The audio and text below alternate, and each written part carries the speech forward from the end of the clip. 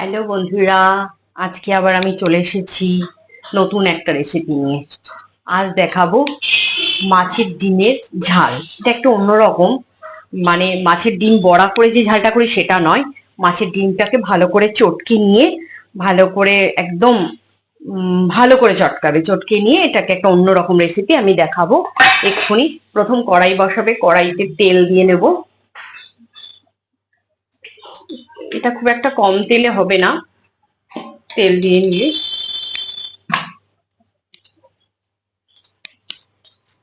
তেলটাকে গরম হতে দেবে। তেলটাকে গরম হতে দেবে।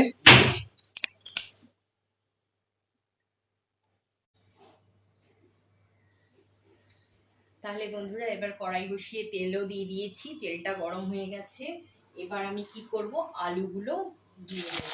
আলুগুলো কেটে ধুয়ে নিয়েছি, ধুয়ে নেবে। আর আলুগুলো একটু ভেজে নেব, একটু নুন হলুদ দিয়ে আলুগুলো ভেজে তুলে রাখবো। আলুটা একটু ভাজা হোক। এটা একটু অন্য ধরনের একটা রেসিপি দেখাচ্ছি আমি। এটা আমার শ্বশুর বাড়ির রান্না, তোমরা হয়তো অনেকেই জানো এই রান্নাটা। ঠিক আছে, আলুটা একটু ভাজাবো। আলুতে একটু নুন দিয়ে দেবো, একটু নুন দিয়ে দেবে অল্প করে, একটু হলুদ দিয়ে দেবে, একটু হলুদ দিয়ে দেবে। নুন হলুদ দিয়ে আলুটা ভেজে তুলে নেবে।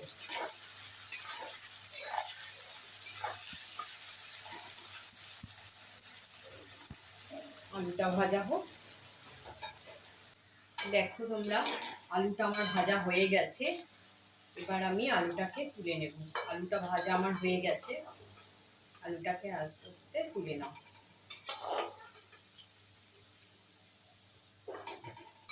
আলুটাকে তুলে নেব।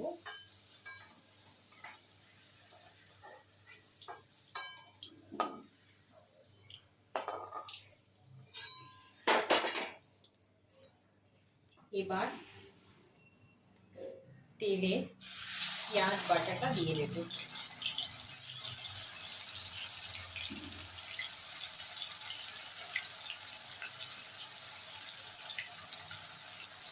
পেঁয়াজ বাটাটা দিয়ে দেবো। পেঁয়াজটাকে ভালো করে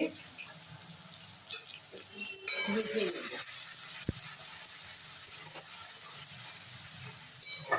ভালো করে ভেজে নেবো, কাঁচা গন্ধটা পেঁয়াজের চলে যাবে। এর মধ্যেই আমি একটু নুন দিয়ে দেবো। এর মধ্যে একটু নুন দিয়ে দেবো।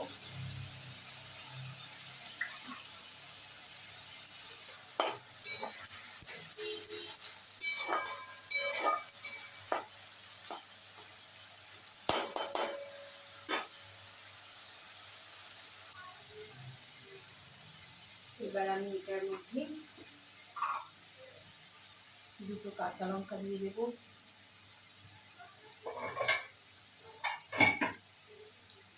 একটু হলুদ দেবো,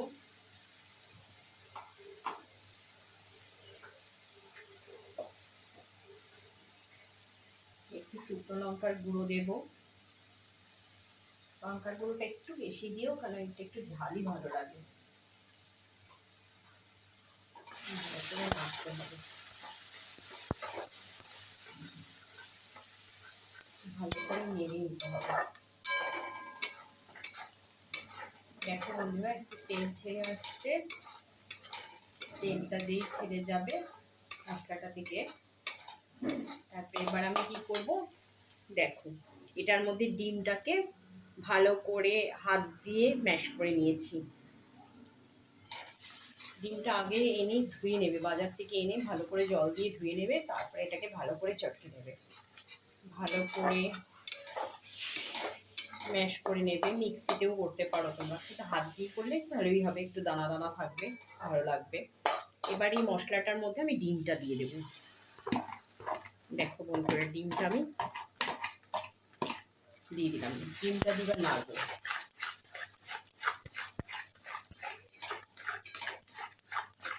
ডিমটা দিয়ে নাড়তে থাকবে, তাহলে দলা দলা হয়ে যাবে।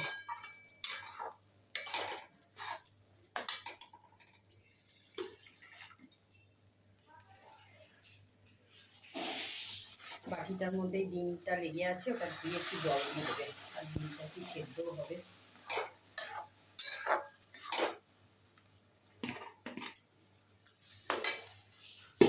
সেদ্ধ হবে ডিমটা।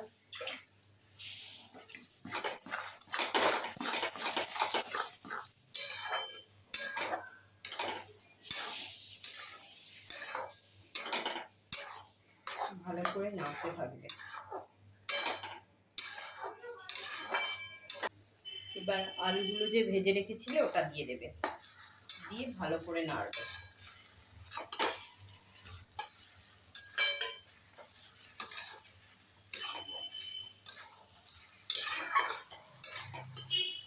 এটা গরম ভাতে খেতে খুব ভালো লাগে,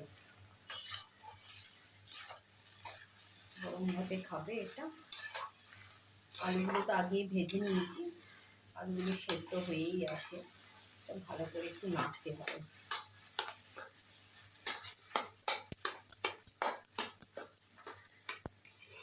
এটা একটু ঝাল ঝাল করবে আর একটু তেলটা বেশি দেবে। আমার বাড়িতে ভীষণ তেলটা কম খায়।